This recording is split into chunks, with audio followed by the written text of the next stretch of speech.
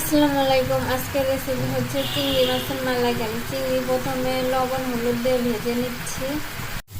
চিংড়ি ভাজা তেলের মধ্যে মরিচ পেঁয়াজ ভেজে নিচ্ছি। মরিচ পেঁয়াজ ভাজা হয়ে গেছে, এখন নারকেল বাটা দিয়ে দেবো। নারকেল বাটা ভেজে নিচ্ছি। আদা বাটা দিয়ে দিচ্ছি।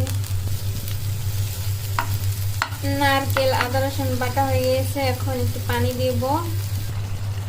এখন গুঁড়া মশলা দিয়ে দেব। সব গুঁড়া মশলা দিয়ে দিয়েছি। গুঁড়া মশলা একটু ভাজা হলে একটু পানি দিয়ে মাছ দিয়ে দেব। সব মশলা কষানো হয়ে গিয়েছে, এখন পানি দিয়ে দেব। পানি দিয়ে দিয়েছি, এখন বড় কষলে মাছ দিয়ে দেব। ভেজে রাখা মাছ দিয়ে দেবো। মাছ দিয়ে দিচ্ছি। সব মাছ দিয়ে দিয়েছি।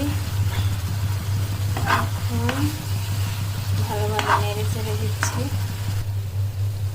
আমার রান্না শেষ। মাশাআল্লাহ অনেক মজা হয়েছে। আপনারা এভাবে ট্রাই করে দেখতে পারেন।